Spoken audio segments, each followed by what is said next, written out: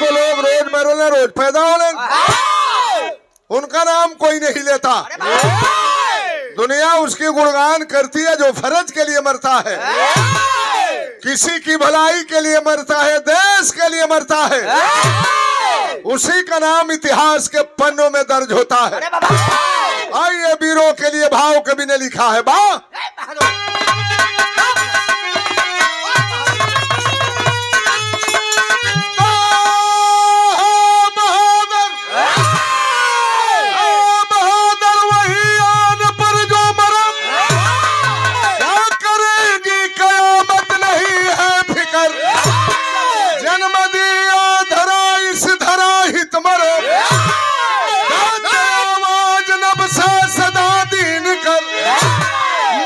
से जंग करते सदा जंग में, की कुदरत ने दी उनको बज रहे जिगर। अब सगुन हार या जीत को प्राथमिकता न देते सरहद सफर।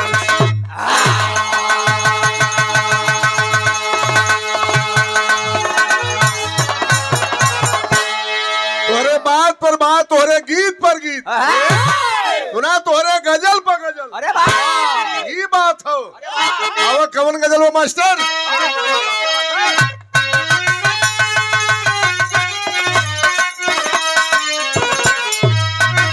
काबा में तेरा जलवा, काशी में नजारा,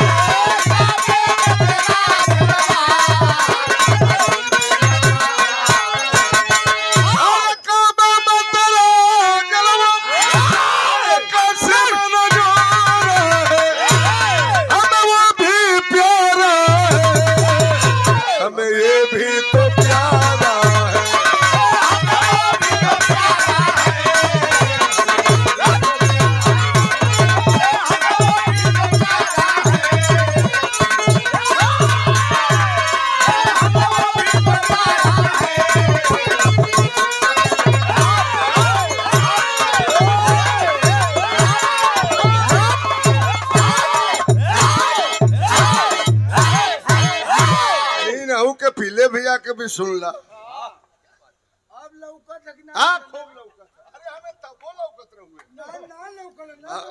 हम जान के ऐसे कहली कि देखी चिन्हत हुआ कि ना, तू हमें चिन्हत हुआ कि ना, कि हम तोहे पहचानत है कि ना। एकदम जान के हम कहली। नारे पर कई बार वही नारे पर बैठ के अपन भेंट घाट बाब इतना हम ना चिन्हत ही पीले हम टेंशन रंग ले अब ख्याल पड़ल चला वो तो है हो। अरे कोई दिक्कत नहीं, कोई दिक्कत नहीं। हमारे पीले भैया की ओर से 200 रुपया ये हो कि तने हमारे विजय भैया के ढेर दे तने हमें कम दे पीले भैया की ओर से। अरे प्यार है, चला देवे करिए। बहुत बहुत भैया का नमस्कार। देख भाई कीरकार न करें। आप सबके बहुत बहुत नमस्कार। वीरन बदे कवि जी भाव लिखलन। वीर कौन होता है धरती पर? के सरहद का कसौटी परी जो वीर उतरता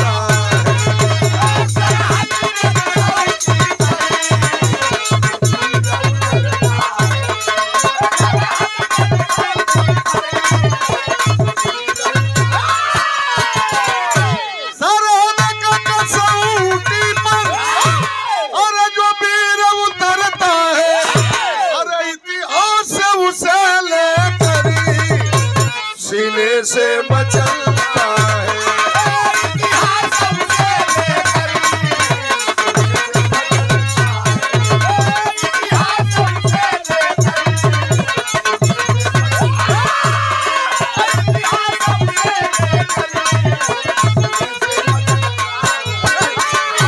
अरे कतर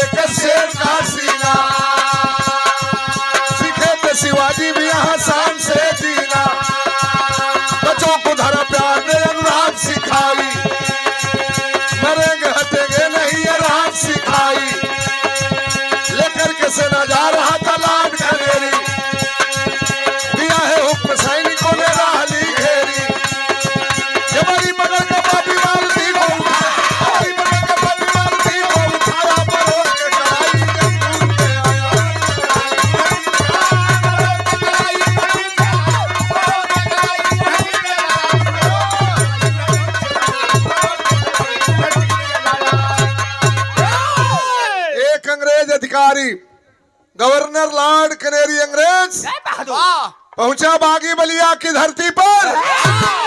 कचहरी के सामने 5 बच्चों को पेड़ से झुलाकर फांसी दे दिया। 8 लोगों को सड़क पर खड़ा करा करके गोलियों से भून दिया। हमारे बलिया का क्रांतिकारी जवान मंगल पांडे कोतवाली में आग लगा दिया।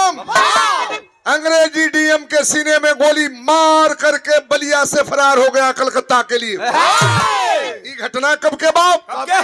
सन 1919 ईस्वी जनवरी का महीना। पूरे देश में पिड़िया का त्योहार मनाया जा रहा था। हमारे बलिया मुख्यालय से 12 किलोमीटर की दूरी पर बलिया जनपद का बड़ा गांव दूबे छपरा गांव। दूबे छपरा गांव से 15-20 मेहरारू झुंड बनाई क्या वही गंगा के किनारे पहुंचनी न पिड़िया के गीत गावत नहाए बदे।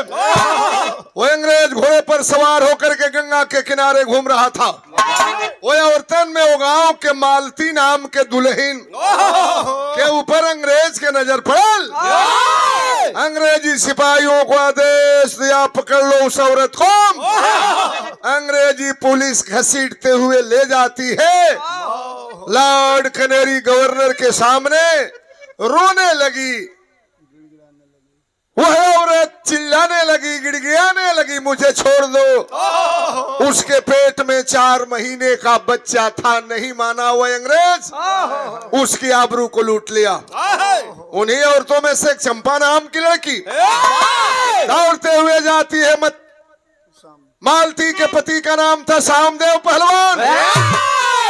गलत भैया खाड़े पर पहलवानी करो। अभी की आबरू को लॉर्ड कैनेरी अंग्रेज लूट लिया है। और सामदेव यादव करता है खाड़े पर पहलवानी। सामदेव यादव करता है खाड़े पर पहलवानी। उसी भेष में चला तुरंत बीबी की सुना कहानी।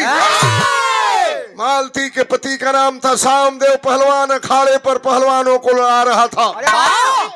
समरे औरत की इज्जत लूट ढेर अंग्रेज। अखाड़े पर जितने पहलवान थे जय बजरंग बली का नारा लगा करके दौड़ पड़े गंगा के किनारे। विरह में गीत बदल गए बंधु। कौन धनी और बढ़ावा, धनी और धारा।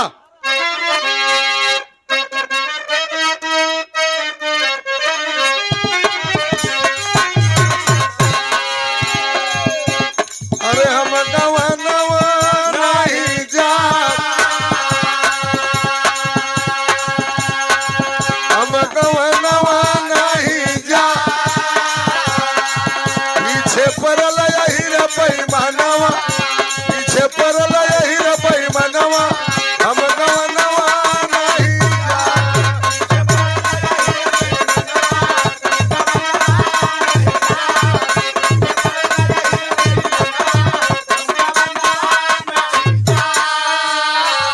हमरे पीलू भैया की ओर से ये 200 रुपए का पुरस्कार। बड़ा प्यार बा, दुलार बा। भैया पिल्लू भैया के बहुत बहुत नमस्कार बा। सबके नमस्कार प्रणाम। पिल्ले एक लाइन और। अरे हीरा तेल दूध मलाई, देवरा पूरी मिठाई ना, देवरा पूरी मिठाई ना, सैया दे लाला लवड़ा नवा, सैया दे लाला लवड़ा नवा। हम नवा नवा नहीं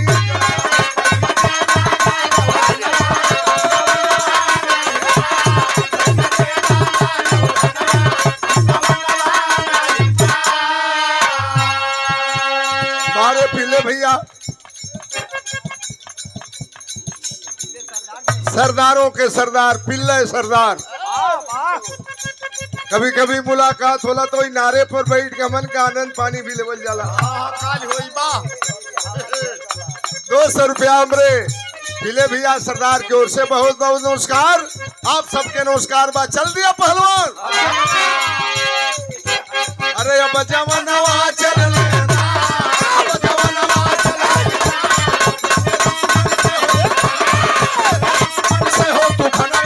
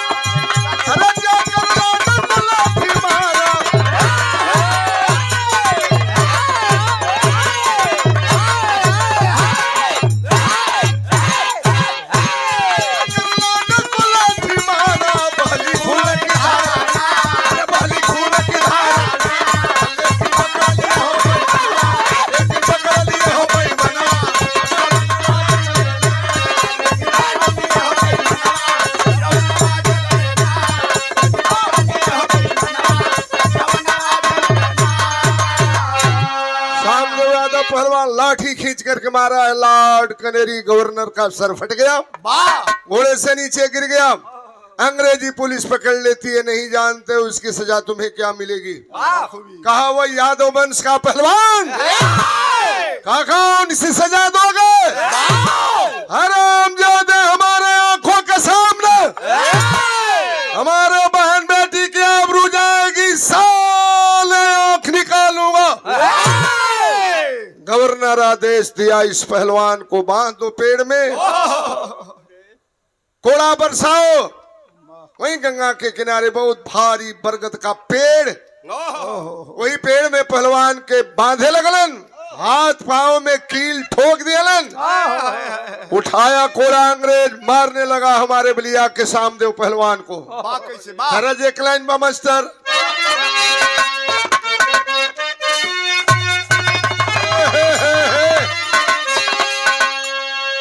के तोह के चढ़ाई मैया, अरे नारियारी चुनरिया हो की गंगा मैया, अरे बुझली नेवरिया कई दपारवा हो की गंगा मैया।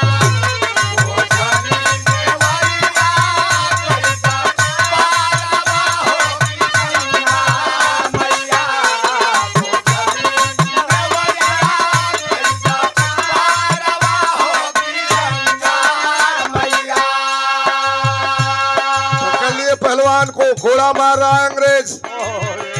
अरे बधी गई दुल्हा अब, अरे प्रेम कर सारिया हो अनरिया पापी, मारन लागे कोरावा के मारिया हो अनरिया पापी, मारन लागे कोरावा के मारिया हो अनरिया पापी, मारन लागे कोरावा के मारिया हो अनरिया पापी। हमरे पिल्ले भैया की ओर से पुनः 200 रुपए का पुरस्कार। फोन के बाद का किले मर्दवा आदेश करब, जब भी आदेश करेंगे हम कलाकार तैयार है आपके लिए। ए भैया, चेहरे पर मुस्कान है पहलवान के। अंग्रेज आदेश दिया, पहलवान हंस रहा है, इसके सीने में गोली मार दो। आज अंग्रेज गोली का निशाना करने जा रहे हैं। तो कभी जी भाव लिखलन विदेशिया में, सीनामा में गोली लगल जब बिरावा के, धरती पर गिर गईले सामू पहलवाना।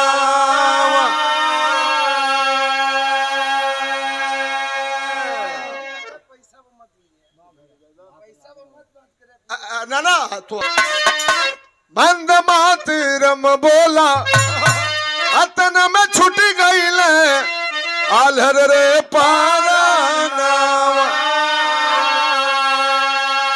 लसिया के 11 टुकड़ा कैले भाई मनवा हो, चौराहे पर रखा लिख के बोर्ड पे बयाना। काहे हुकूमत खिलाफ कोई अरे उठे है आवाजिया हो, ए ब्लैक डॉग जैसन हुई है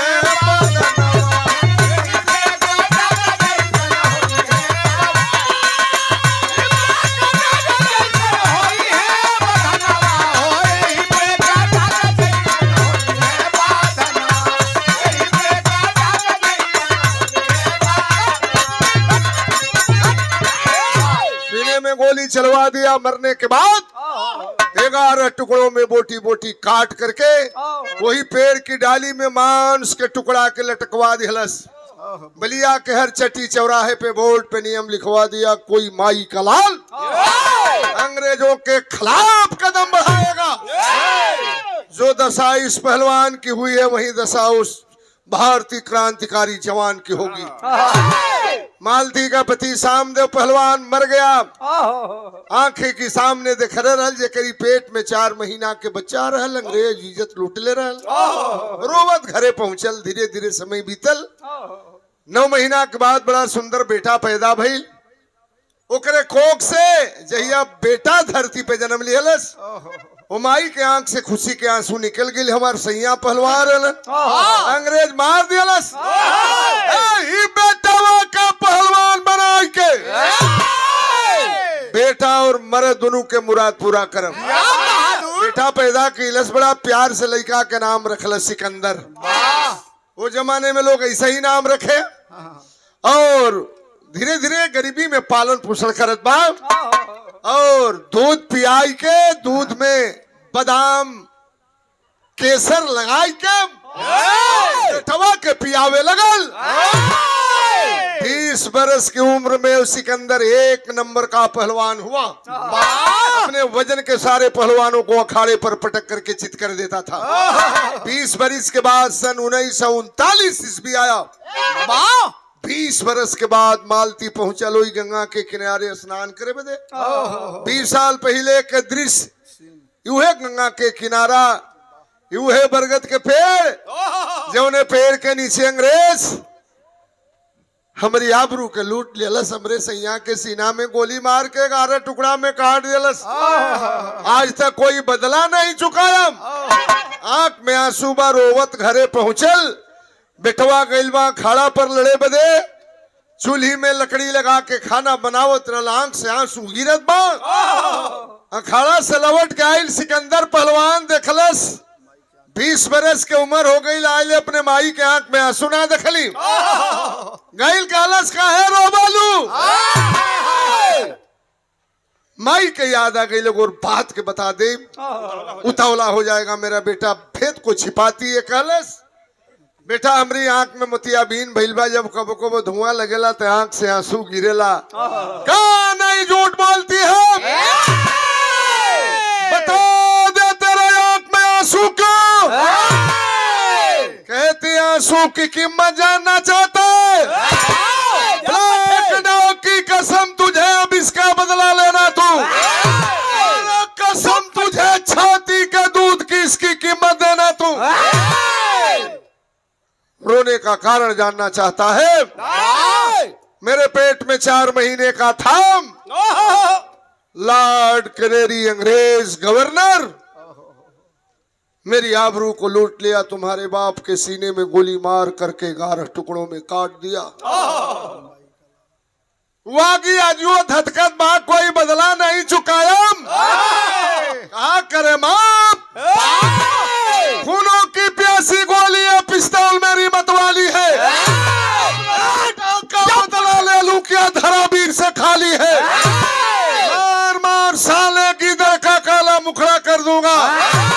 अरे बदला 111 बैरी का टुकड़ा कर दूंगा। जहां मिलेगा धरती पर हरामजादे को मारूंगा। कहती है बदला नहीं चुका सकते हो। हमारी आबरू को लूटने वाला, तुम्हारे बाप को मारने वाला अंग्रेज कलकत्ता में है। सरे माँ कलकत्ता की बात करती है। धरती के नीचे होगा तभी मारूंगा। आसमान के ऊपर होगा तभी मारूंगा। समंदर पार होगा तभी मारूंगा। फेंक दिया जांघिया निंगोटा, बन गया क्रांतिकारी जवान। बिरहा के टेरी में कवि भाव लिखल। अरे बनाया जीवन बागी से रवा। अरे बनाया जीवन बागी से रवा। अरे नंगी पिस्टल झूमता है वीर बैरागी। अरे बैरागी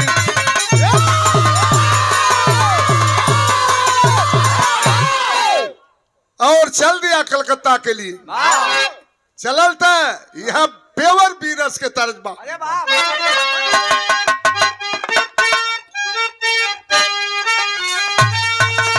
रामदेव गुरु है गीत के गाँव।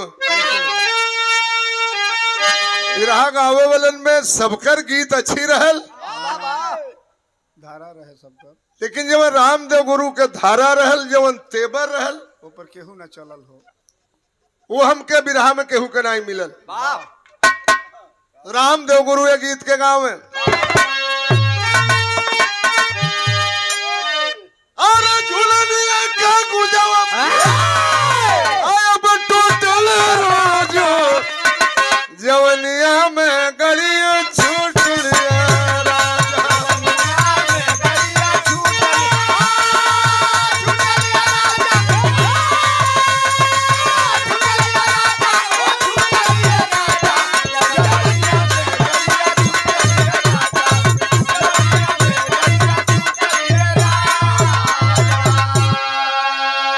रामदेव गुरु के तेवर है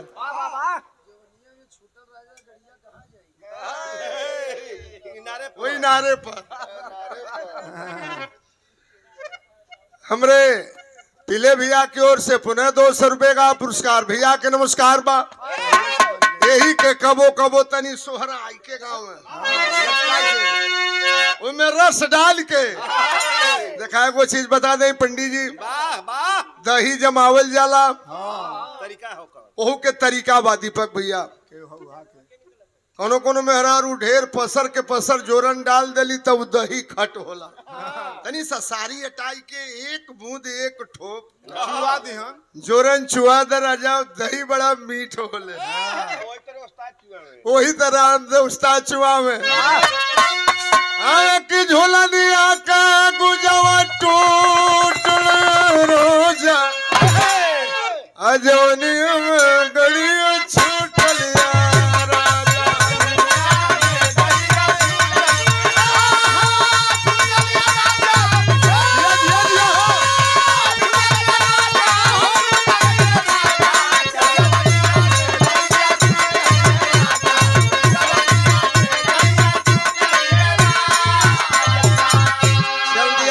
कलकत्ता के लिए बन गई बदनिया में लागल आगी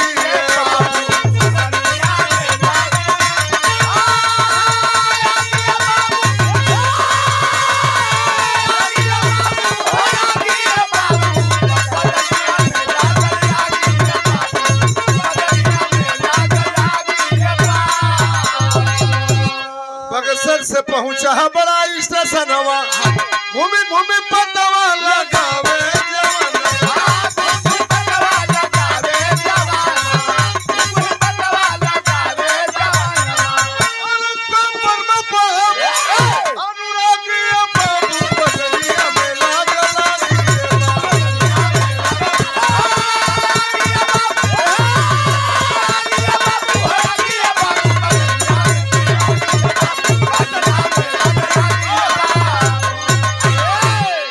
से पहुंचल बक्सर ट्रेन पकड़ा हावड़ा रेलवे स्टेशन उतरा पुल को पार किया। कलकत्ता शहर में पागलों की बात खोज रहा है कहां अंग्रेज मिलेगा। छोटी मोटी शहर तुम्हें नहीं महानगर कलकत्ता में घूम रहा है। महीना दिन बीत गया उदास है। सुबह की बेला थी चाय की दुकान पे बैठ के चाय पी रहा था आनंद ले रहा था। एक अंग्रेजी का पेपर था अंग्रेजी के पेपर में निकला था क्या The air conditioned compartment was reserved only for Lord Canary. अरे वाह He will go from Howrah to Bombay by train and then he will go from Bombay to London by aeroplane. अहिर के लई कारल अंग्रेजी जानत रहल। क्या बात है लिखा था अंग्रेजी में मैं हिंदी में बता रहा हूँ कि लॉर्ड कैनेरी अंग्रेज का कलकत्ता से ट्रांसफर हो गया। फला तारीख को फला दिन को हावड़ा रेलवे स्टेशन से फला नंबर गाड़ी के फला नंबर कोच में बैठ करके बम्बई तक ट्रेन से जाएगा और बम्बई से जहाज से लंदन चला जाएगा। गया खून चाय की गिलास फेंक दिया दौड़ते हुए पहुंचा हावड़ा रेलवे स्टेशन। पूरी जानकारी को हासिल किया कई तारीख को गाड़ी जाएगी।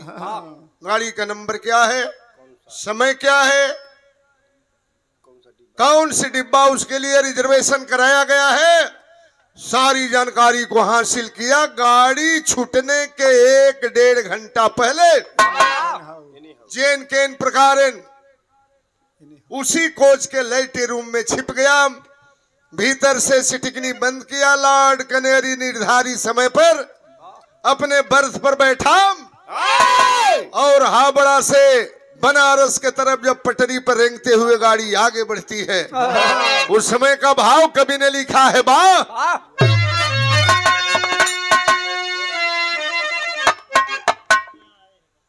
श्री पारस यादव जी मलिकार महोदय जी के यहाँ यह कार्यक्रम भतवान में चल रहा है।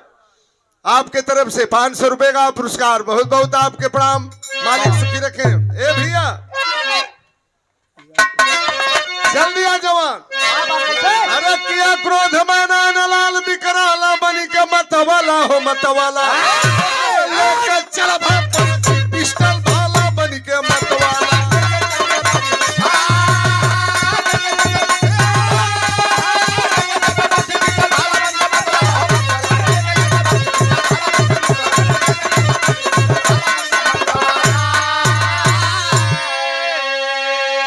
मुगलसराय रेलवे स्टेशन पर गाड़ी रुकल, उसके बाद जब आगे गाड़ी पहुंचा राजघाट पुल पर, सोच गया बहादुर के ऐसा सुंदर मौका नहीं मिलेगा।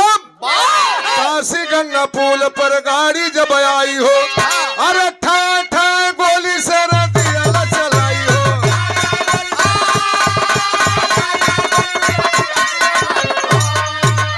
अरे टुकड़ा टुकड़ा गाड़ी को कर डाला बनी के मतवाला हो मतवाला, अरे मस्ती भर के लोहू में नहाला बनी के मतवाला।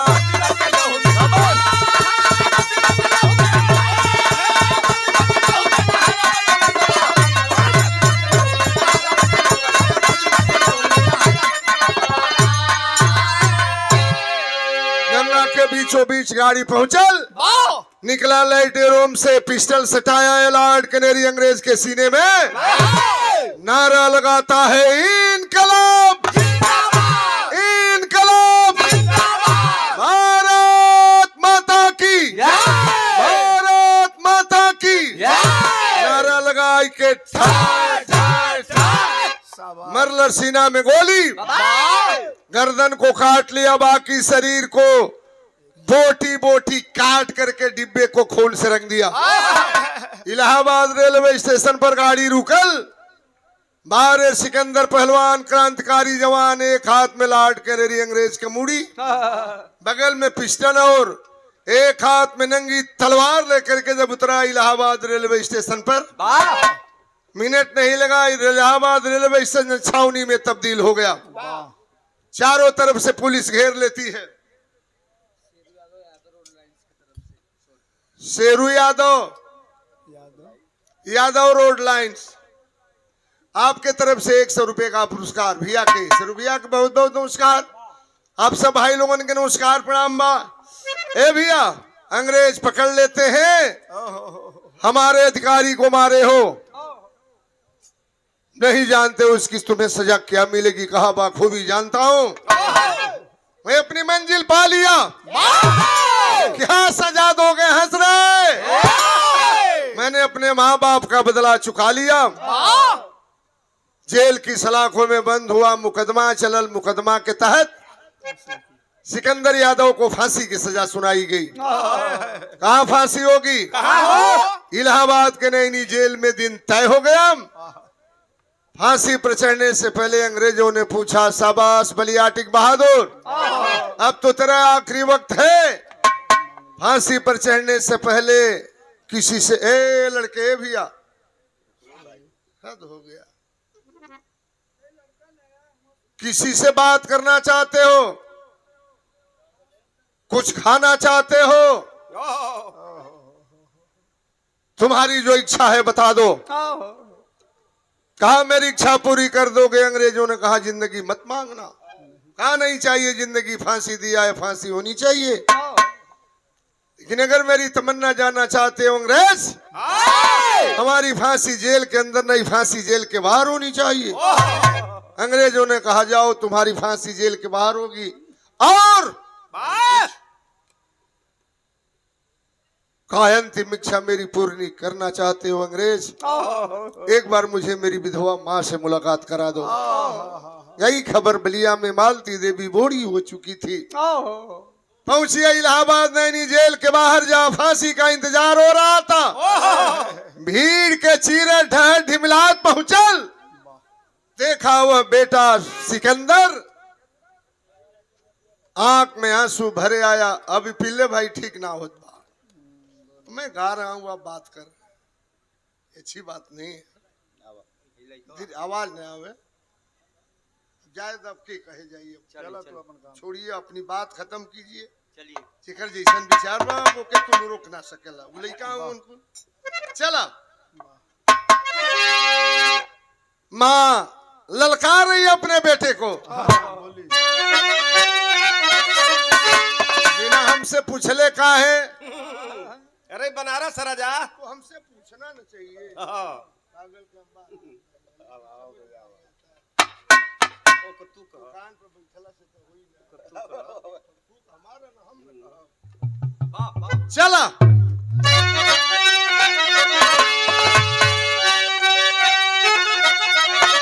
चला और बढ़ाओ तब। हाँ मन है, चलो दियो जरा दियो और धीरे धीरे बोली बुढ़िया माई जानी बहैया सिया चाही जब फांसी पर सुगनवरा पकड़ के रसिया।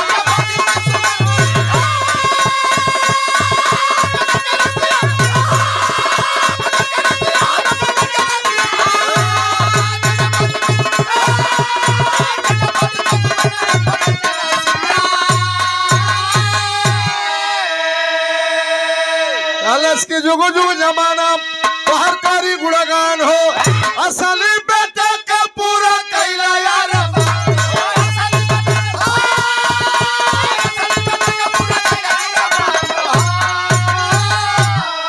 कबहुला भुलैया तो के भारत के बसिया चली जा फांसी पर सुगनवा पकड़ के रसिया।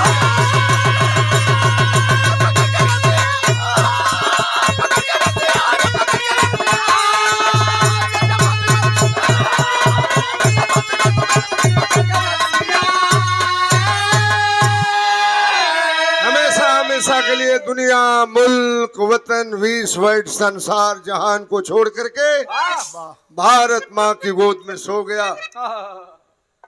ऐसे भारतीय वीर सपूतों को धरती माँ अपने सीने से लगा लेती है। तो कुसुम पर आग दे उड़ान, पसारे जदू के पैगाम।